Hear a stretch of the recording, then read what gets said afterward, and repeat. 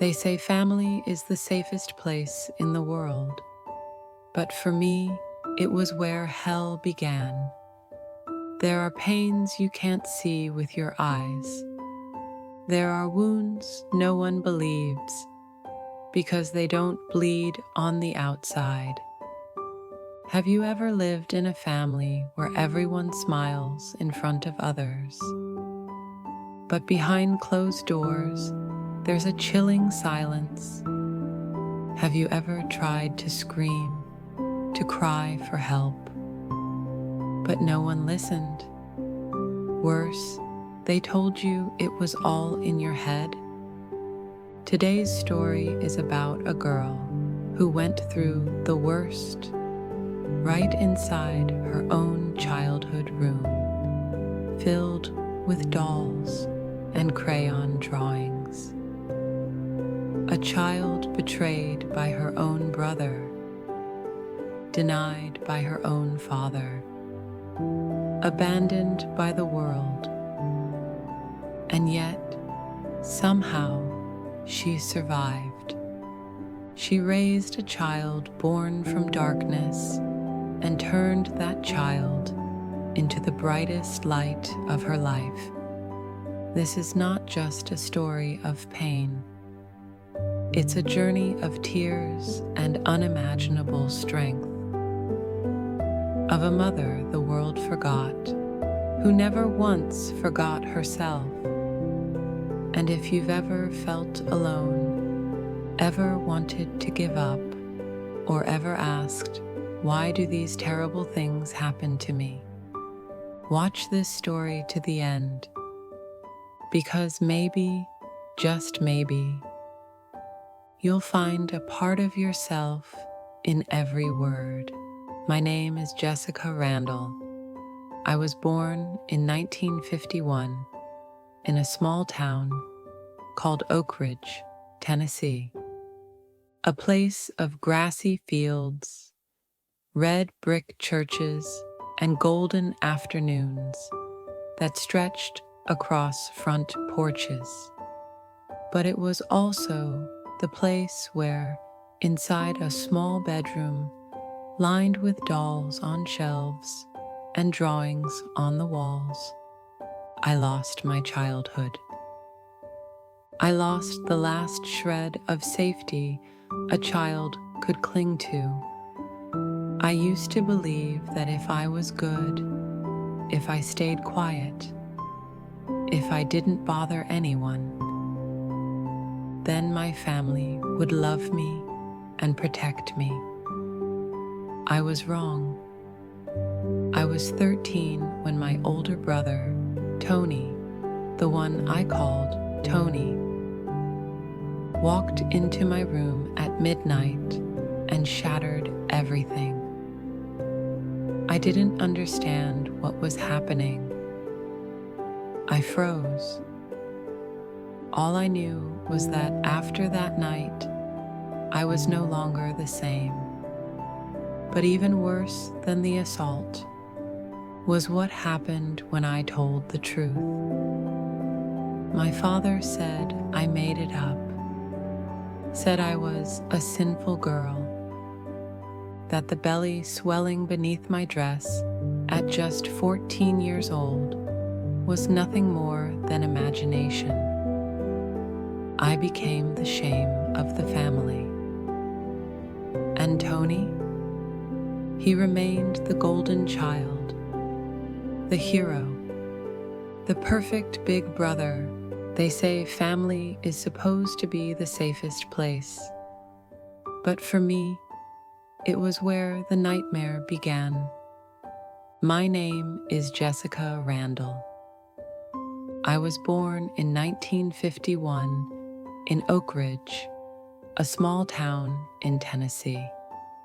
Growing up in a traditional Christian family, I truly believed that if I was obedient, grateful, and quiet, I would be loved. But everything fell apart when I was just 13. In a room filled with dolls and children's drawings on the wall, my older brother, Tony, walked in at midnight and stole the last of my innocence. At first, I thought it was just a bad dream, but then it happened again and again. Each time I tried to speak up, my father, who idolized Tony, brushed it off like I was making it all up. I was just a girl, and in his eyes, that meant I wasn't worth believing. When my belly began to swell at 14, he still insisted it was just my imagination. I was banned from school, locked inside the house, and forced to live as if I didn't exist. I gave birth on a cold September morning. No doctor, no nurse, only my mother by my side, the only one who still held on to a shred of humanity. The labor lasted 16 hours. When the baby was finally born, it was a small boy with green eyes just like Tony's. I didn't even get the chance to name him. My father had already decided Charles Randall. A strong name in the way he believed a man's name should sound. To him, the child wasn't the result of sin, but a reward. And to Tony, he was a twisted source of pride. I held the baby close to my chest, knowing from that moment on, my life no longer belonged to me. Every time Tony came near Charles, I could see the possessive look in his eyes. He didn't see a child. He saw a creation he believed he owned. I decided to run away when Charles was just a few months old. I held him tightly in the night, barefoot, heart pounding, and quietly slipped through the backyard.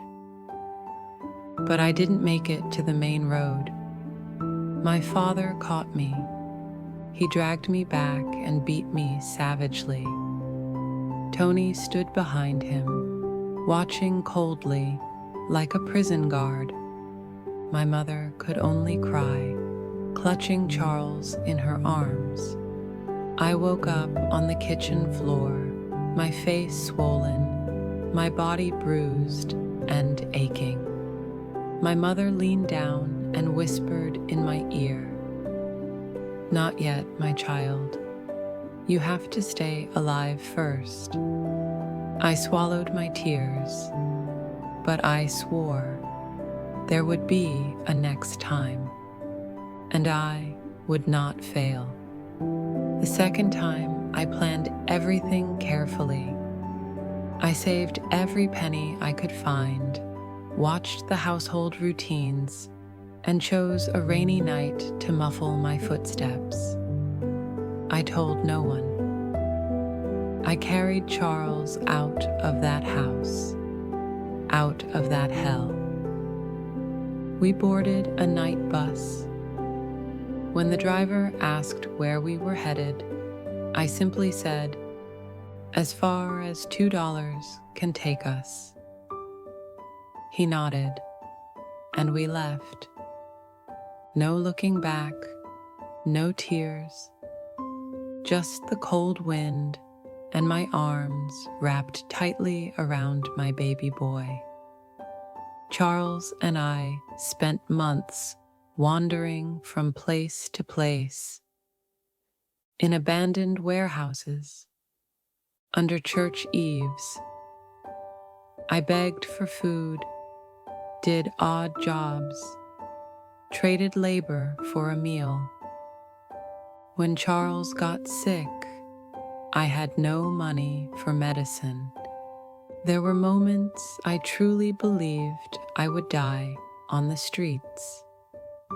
Then one day, a woman handed me a piece of paper with an address on it: St. Mary's Home, Shelter for Women and Children.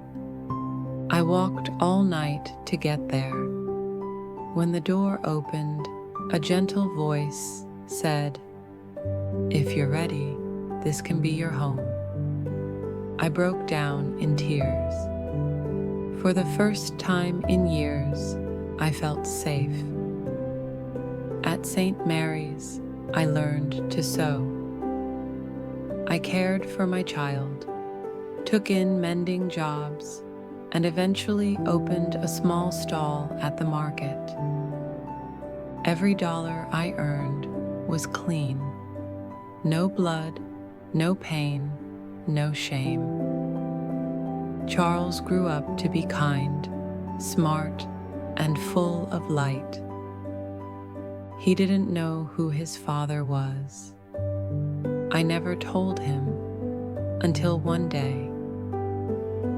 When Charles was 8 years old, he asked, "Mom, do I have a dad?"